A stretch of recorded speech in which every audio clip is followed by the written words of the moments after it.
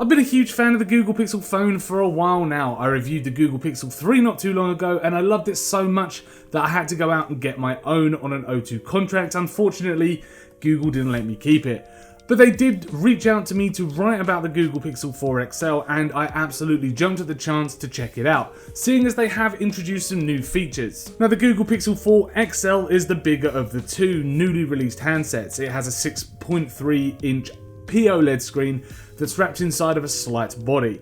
It sits pretty much on par with the Google Pixel 3's 8.2mm thickness, however between the two phones, its back has been revised. Previously we saw Pixel phones sport a two-tone back panel, a mixture of matte and gloss finishes. Now this time round we're treated to a single panel of frosted glass, which is extremely smooth to the touch, but it also makes the phone a little difficult to hold. Now we were sent the oh so orange version, but they also come in white and black too. Now personally the white one does look pretty smart online. Now the orange version we do have here does seemingly hide blemishes and fingerprints well, but we've not actually dropped it or significantly scraped it during our testing time. Now I would recommend getting this in a case though, just to protect the glass if anything else which protrudes, like the camera for example, so you can protect that area from scratches. Now the actual edge of the handset is covered in a tough aluminium metal. It's matte finish similar to the rear of the Pixel 3 phones. It gives the phone some significant protection in case you do drop it onto one of the edges, and follows suit in its design from the older Pixel handsets. Down the right hand edge you'll find the unlock button and volume rocker, which again, due to the size of the handset, is quite hard to reach with one hand due to the smooth back panel. Now one downfall with its overall design is the fact that the Pixel 4 XL is looking a little dated with its large bezels, especially around kind of the forehead and the chin area.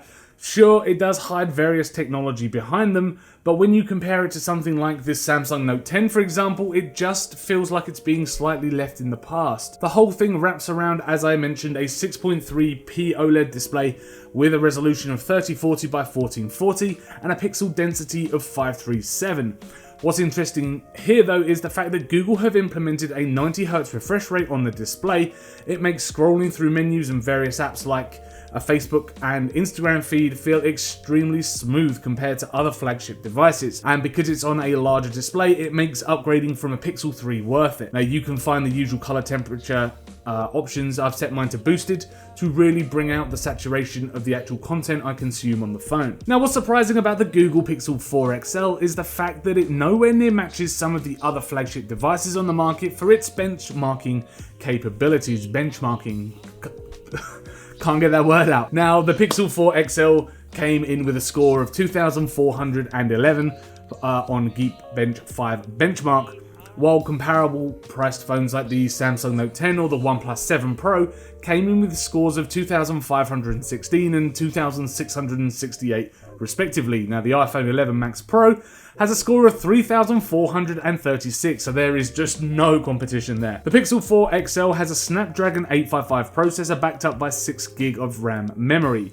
There's either the 64GB or 128GB version of internal storage depending on which model you want to go for, but there is no ability to expand that with memory cards, which is a bit of a shame considering this phone can film some pretty decent 4K footage. The phone ships with a very bare bones stock Android 10, there's no bells, no frills, no whistles with this one, which is absolutely perfect, and I hate when a phone comes with a bunch of bloatware that I just uninstall immediately. There's also a Face ID unlocking feature, which is one of the fastest I have seen. However, in very low light, it becomes impossible to unlock without your preset PIN number, and don't worry, it does work with glasses as well. There's no fingerprint scanner here either, which is a bit of a shame, especially if you're like me who rely on a fingerprint scanner to unlock your important apps like PayPal or your online banking. Now I set up a fingerprint scan unlocking on my Pixel 3 and it's a bit of a ball ache turning them all off for the Pixel 4 XL. One other new feature which is new to the Google Pixel 4 is its live caption service, which overlays subtitles over various different apps when you're consuming media. An SUV with the heart of a Mustang. Alright, so what brings you and Manta. Because NZXT Manta, that's the case. Very clever. When Dexter was just 2 years old, his mother was brutally killed at the hands of a cartel boss, and he and his brother were left sitting in her blood. It works for the most part.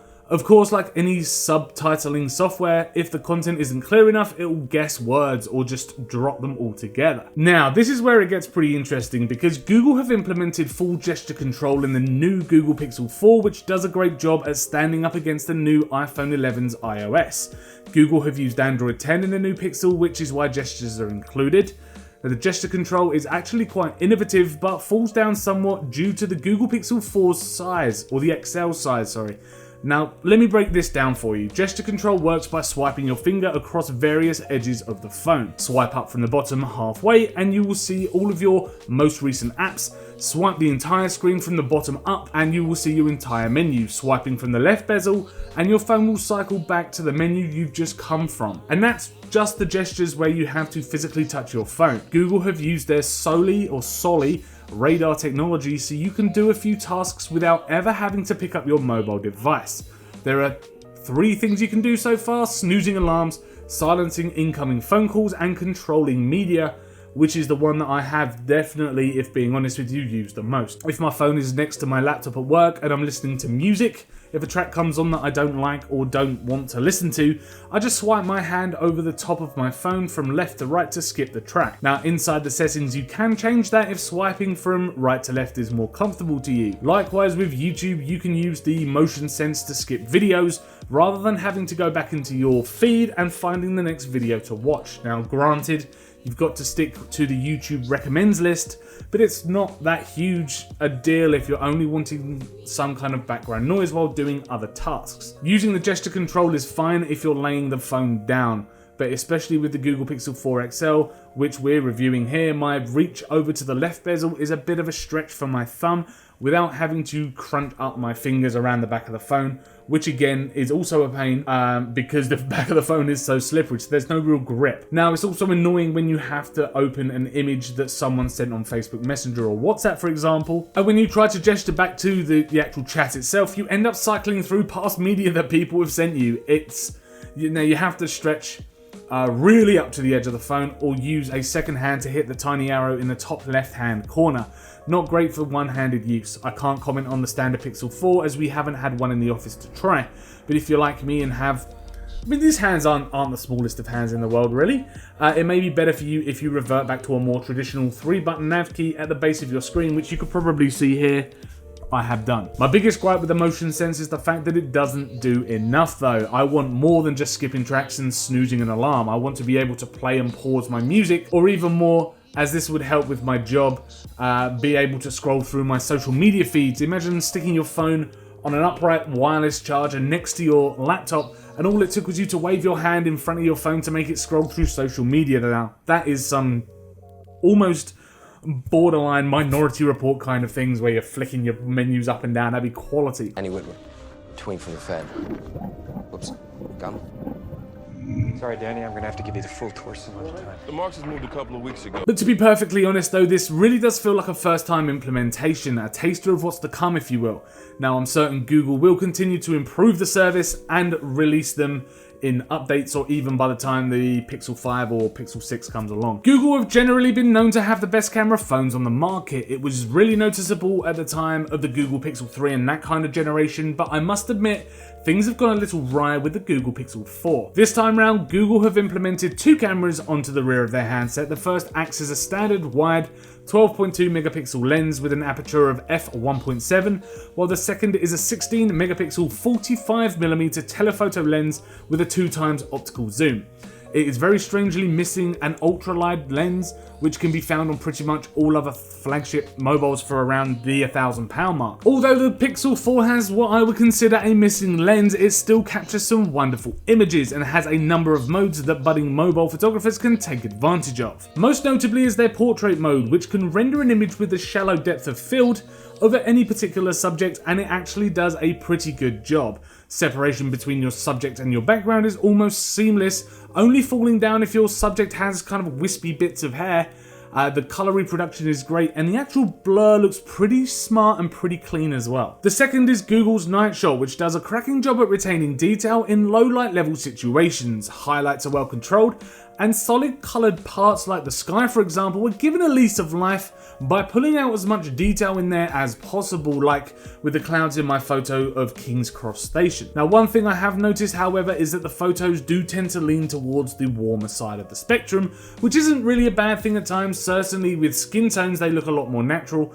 But if you're trying to capture a gloomy, cold, horrible, rainy day, then a little bit of editing inside of something like Snapseed or even the Instagram editor would need to be done to cool off the color tones a bit. Now, what is impressive is that Google has brought HDR+ to its live view, ensuring users can see exactly what their photo is going to look like before they've even taken it. Most phones tend to put the post-processing on after the picture is actually taken. And lastly, where once before you tapped the screen and slid your finger to adjust the highlights, well, you can now adjust the shadows on the fly as well. As Google has broken the highlights and the shadow adjustments up into two separate sliders, it's a little finicky to get used to, but it can produce some wonderful results. The front-facing selfie camera again comes with all the features you would want, especially the portrait mode. It gives an extra artistic edge to your image. Now, I'm not really a selfie taker, to be perfectly honest with you, but when I did take those odd couple, I was impressed with the results.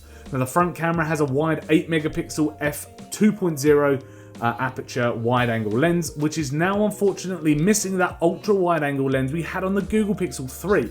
Why Google didn't retain this feature, as it was absolutely awesome to get all of your friends into one selfie, is just absolutely beyond me. A very bad decision, that's for sure. When it comes to video quality, it was very hard to find any kind of faults. The max quality you can hit is 4K at 30 frames per second. Sure, there's no 4K at 60 frames per second here, but I didn't mind too much. 90% of users are only going to be shooting quick videos for their Instagram stories anyway. If someone really wanted 4K 60 frames per second, then they're not going to be buying a mobile phone to do it. The battery life of the Google Pixel 4 XL is decent enough to get a full day of medium use out of it.